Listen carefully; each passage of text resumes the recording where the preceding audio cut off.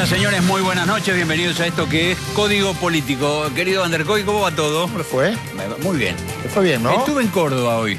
Mire usted. Después de una reunión muy grande de productores agropecuarios, un seminario sobre la cuestión técnica. ¿Se trajo un invitado? Y un poquito de cuestión electoral. Les voy a contar lo de Córdoba. Muy raro, muy interesante. Hoy en Córdoba estuvo Karina Rabolini, estuvo Massa, estuvo Macri, estuvo De la Sota, que de ahí. ¿Hubo aplausos? Después te cuento a quién aplaudieron. ¿Hubo silbidos? Si los hubo ya me los olvidé. Bien. A ver, esta semana empezamos el domingo con el video de Nisman. Volvió, sí. Volvió el tema Nisman. A partir de la difusión en PPT, Periodismo para Todos, de la nata, sí. Del video de las horas en que fue hallado. Las horas del mamarracho del procedimiento. Efectivamente. Sí.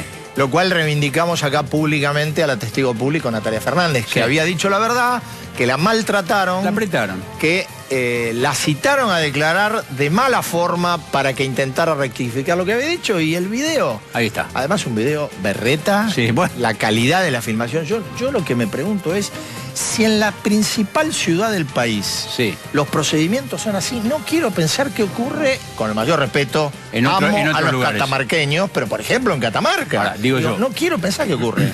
Lo que tuvimos fue, a propósito de esta confirmación y a la vez revelación de cómo fue el procedimiento en aquella noche tan oscura de la muerte de Nisman, volvió como una especie de ramalazo de concientización, de decir, che, ¿viste el tema Nisman? Porque nos habíamos preocupado muchísimo por Nisman y después lo mandamos al archivo, porque ya está, Nisman, pasemos next, sigamos con lo que viene. Bueno, Nisman sacudió un par de días, después vino ayer la marcha, la convocatoria en Buenos Aires y en muchos lugares con mucha gente en el interior del país de Ni Una Menos. ¿Y veníamos? La convocatoria de contra la violencia contra que fue una construcción muy ciudadana, ¿no? Sí. Digo, nació así casi, no sé si por casualidad, pero casi espontánea, bastante espontánea, de parte de un grupo de mujeres. Mucha y gente veníamos, en la calle. digo, porque uno tiene esta fotografía, ¿no? Porque la Argentina es un país de fotografía. Sí. La campaña es una campaña de fotografías. De fotos y de gestos. Veníamos de otra fotografía muy imponente que fue el 25 de mayo, acordate. Sí, imponente, ¿eh?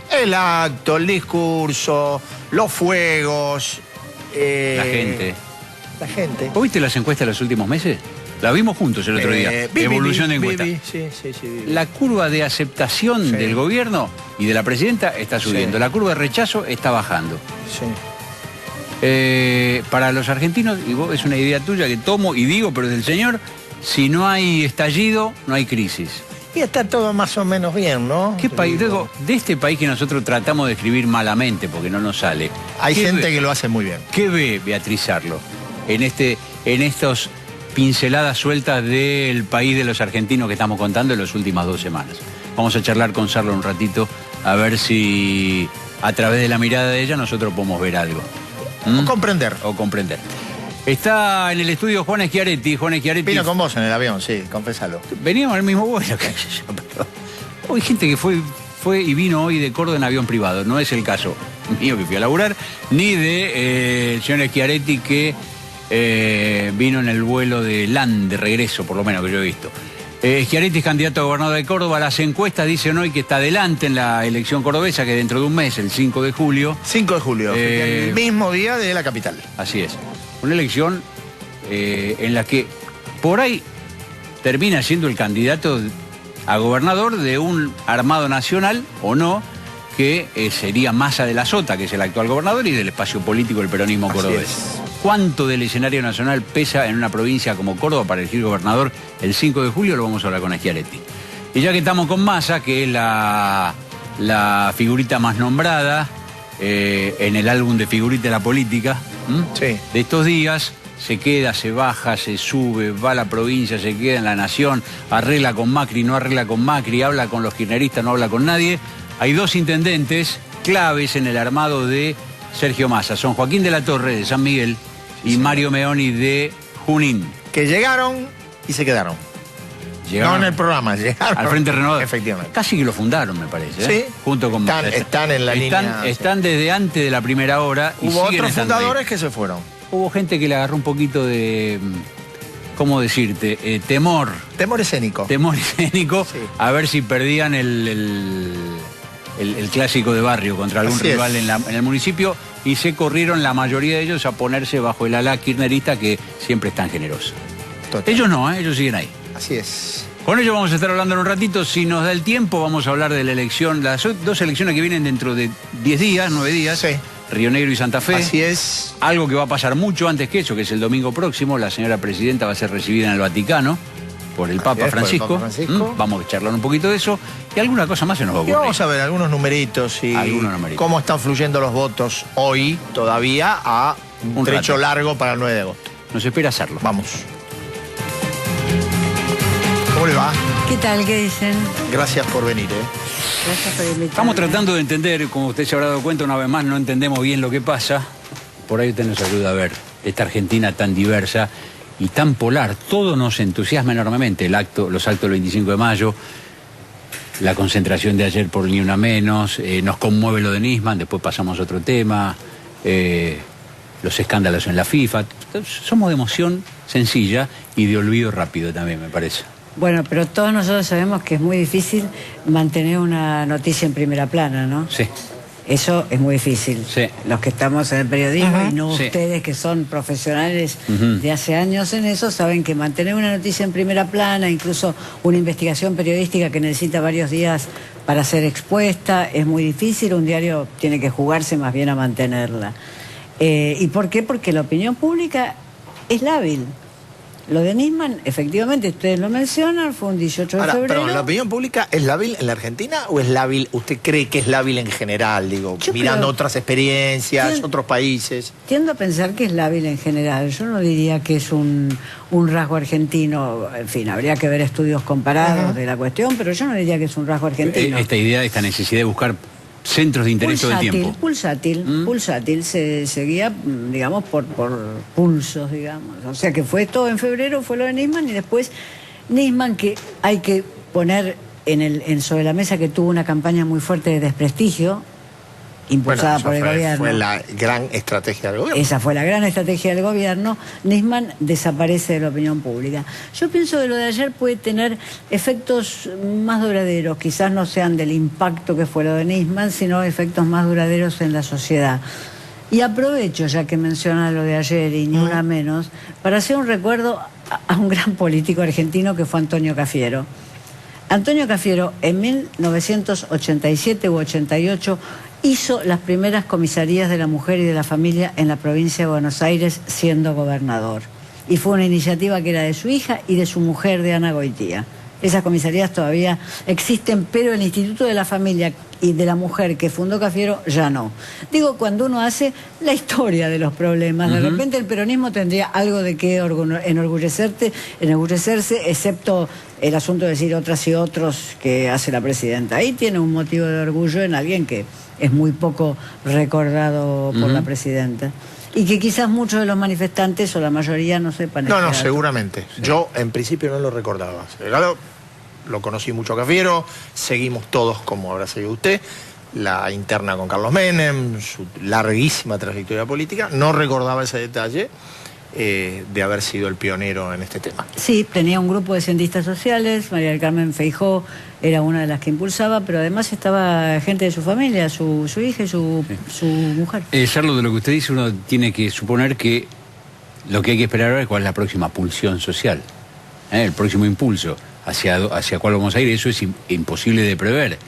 No parece que la política vaya a entusiasmar demasiado a la gente, salvo cuando estemos a 15 días de la elección, probablemente. Sí, ¿no? O está entusiasmando en las provincias, porque digamos que acá tenemos un cine continuado. Sí.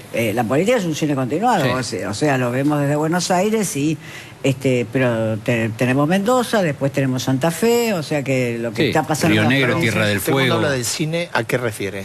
¿Es un cine continuado? ¿Por qué? Esos cines de barrio que daban tres películas. Claro, espectáculo y empezaba cuando uno llegaba, digamos. La política es en el país un cine continuado, va a venir Córdoba y después se van a acercar las pasos nacionales y eso le va a dar cierta reverberación a la cuestión. Tampoco creo que vaya a ser un gran entusiasmo de masas, eso. No hay mucho por el cual entusiasmarse. Digamos, ¿no hay mucho o no hay quienes por quien entusiasmarse? Bueno, no hay mucho, quiero decir que los tres candidatos que hasta ahora han picado en punta, aunque parece que más allá en la tercera curva está por detrás del pelotón. Scioli, Massa y Macri son muy parecidos para que entusiasmen. Ahora, ¿y Digo, por qué? no es que uno parezca John Wayne, el otro parezca Gregory Peck. No, son todos muy parecidos, como si todos respondieran a un esquema. Además de que yo creo que son ideológicamente parecidos. Pero entonces tampoco es que marcan una diferencia tal que la gente dice yo por este me juego. Uno diría en un país normal, como el que nos propuso Néstor Kirchner el 25 de mayo de 2003. Años, Uno diría, y si los candidatos son parecidos es porque la sociedad se ha corrido al centro, a cierto lugar moderado, donde no hay grandes cuestiones por resolver, sino enfoques y correcciones parciales de un rumbo social ya decidido. No parece ser el caso argentino, qué sé yo. No parece, pero es así, porque, así funciona. Digamos, si uno crea el Observatorio Social de la Universidad Católica, estamos con un 30% de pobres. No sé cuántos hay si le crea el INDEC, pero bueno, ¿quién de nosotros le crea el INDEC? Entonces, en un país donde hay un 30% de pobres y un 7 o un 8% de indigentes, en fin, hay que ver los números que ellos pasan, donde se ha magnificado la diferencia entre los más altos, los ingresos más altos y los más bajos, estamos frente a un problema. No somos Alemania. No somos Alemania. No, eso seguro. Seguro que no, ¿no? No, recién usted decía que había como un parentesco entre los candidatos principales, ¿no? Entonces, y que más o menos todos tenían el mismo formato, y el formato uno lo podría definir como un formato muy dietético, por llamarlo de alguna manera. Ahora, ¿cómo la sociedad produce esto o lleva esto como expectativa de futuro mientras mantiene con niveles de aceptación muy altos una presidenta que es lo opuesto a aquellos que se proponen como futuro? En 12 cuotas, además. En 12 cuotas. En 12, habría que agregar que se lo mantiene en 12 cuotas. Que hoy son 12 cuotas, antes fueron otros derechos que se ampliaron, por ejemplo, algunas medidas que yo apoyo decididamente, como la de las jubilaciones y la asignación universal, pero digamos, está mantenido sobre el consumo cuando muchos economistas, incluso economistas de corte no reaccionario, digamos, o no de derecha, dicen que sobre el consumo no se puede seguir manteniendo la Argentina, que exclusivamente sobre el consumo no se puede seguir manteniendo la Argentina. Usted dice que es el consumo y no el relato, lo que hace esa imagen épica que nos transmite la presidenta, que pretende El relato transmitir. siempre es lindo mientras haya algo sobre la mesa, Digo, si no, se pone aburrido o se lo descree. No creo en esa posibilidad de relato tan fuerte como que pueda vencer a ciertos límites materiales. Después están cuestiones identitarias que sí son importantes, que podríamos analizarlas, es decir, hay una... Por ejemplo, La cuestión identitaria que ella recoge de la tradición peronista, lo nombre o no a Perón, la nombre mucho o no a Eva, ella recoge una tradición identitaria, no porque haya peronistas que vienen desde 1943, sino ahí se reproduce un sistema de identificaciones y por tanto, Cristina, hay algo de ese piso que tiene que está formado con una tradición peronista. sí, y uno podría decir, a lo mejor usted no lo comparte, pero que hay de alguna manera un rescate aún declinante de simbologías del primer peronismo.